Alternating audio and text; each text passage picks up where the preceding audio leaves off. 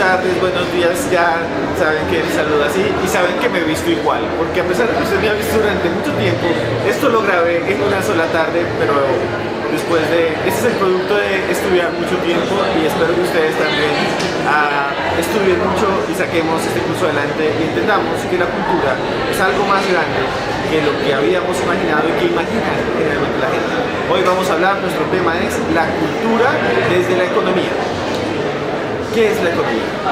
Desde mucho tiempo atrás se consideraba una ciencia histórica, porque fue de las primeras formas en que los seres humanos pudimos organizar la producción, el alimento y organizar nuestros recursos para vivir. Parte de la economía, como ustedes verán o vieron en las plantillas, es eso, de la ciencia que se organiza, que trata de organizar los recursos e insumos que necesitamos los seres humanos para vivir.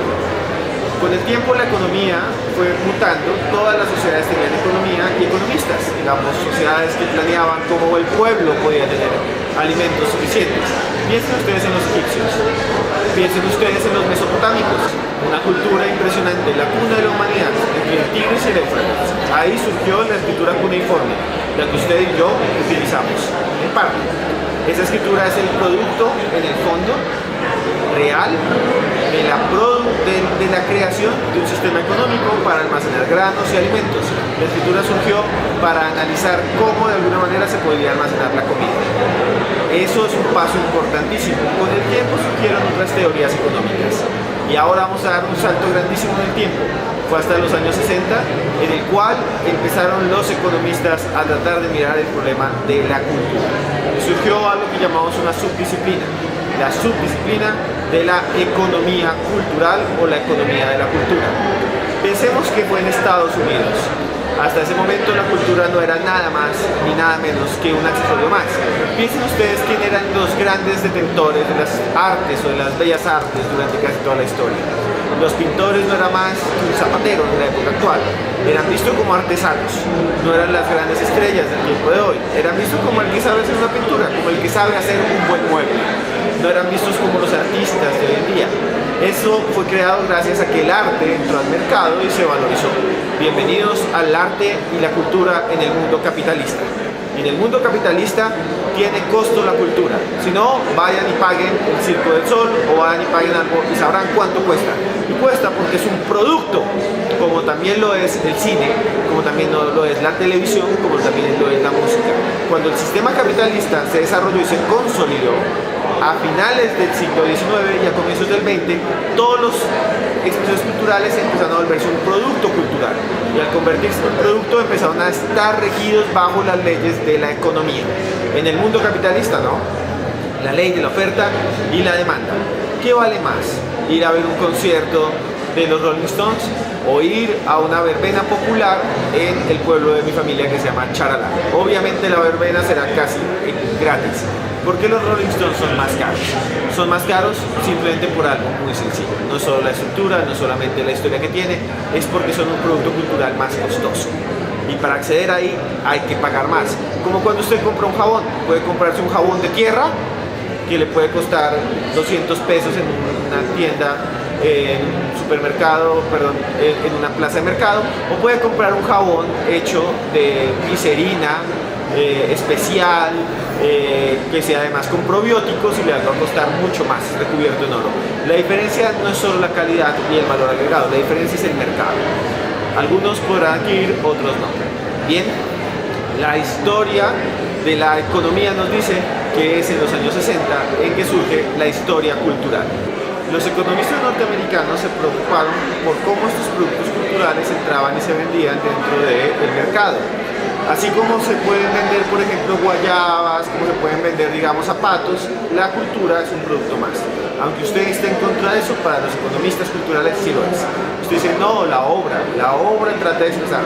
No, para los economistas la obra es simplemente un bien que está en un mercado y se valora o no se valora de acuerdo al criterio de los que lo rodean. Pero ¿de qué se trata este asunto? Los economistas norteamericanos, como ustedes vieron en la plantilla, ese economista, que no les voy a decir el nombre para que investiguen, van a tener que buscarlo y saber de qué estoy hablando. En la plantilla y en el texto está. Ese economista, muy importante norteamericano, que les dejo la inquietud como un misterio para que vean la plantilla y lean, ese economista norteamericano va a coger todo un histórico de cuál era el costo de las obras de teatro y de las óperas de Nueva York y lo va a comparar con las obras de Londres. Va a encontrar una cosa impresionante. Nuestro autor misterioso va a describir cómo, a pesar de que en el tiempo el costo seguía aumentando, los salarios no subían de los actores. Y al ver que los salarios no suben de los actores, tampoco las ganancias. El resultado es una ley, la primera ley de la economía en la cultura.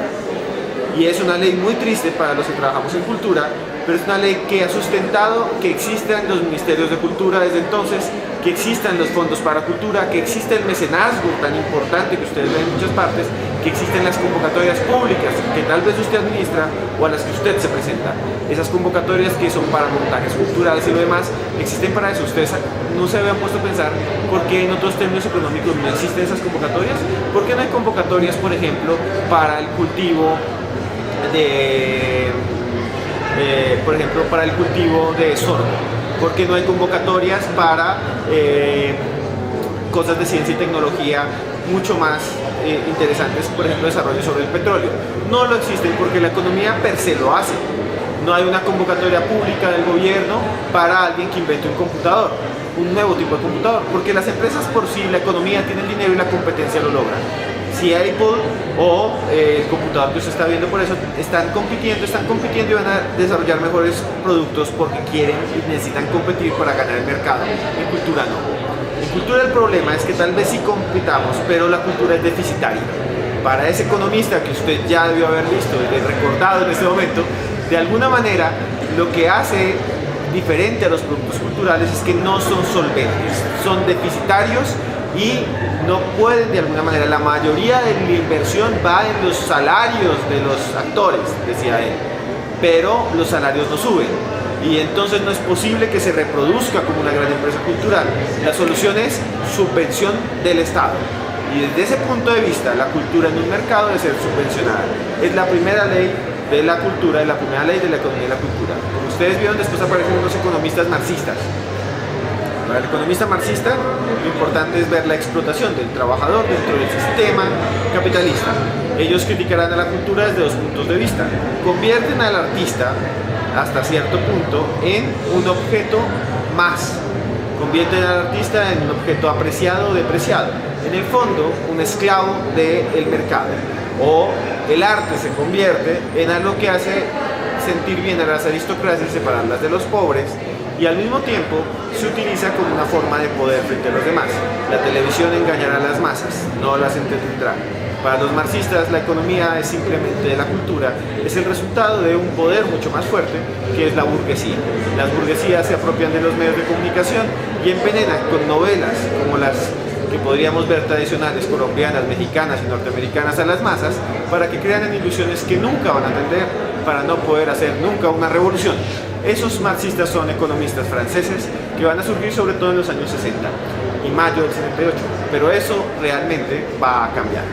¿Por qué va a cambiar? Porque a pesar de que esa teoría es interesante, no tiene mayor fundamentación. Va a aparecer más adelante otro tipo de teorías económicas, pero esta vez son ustedes los que tienen que mirar en la plantilla y leer los textos. Hasta luego, cuando nos volvamos a ver con la misma ropa dentro de unas semanas.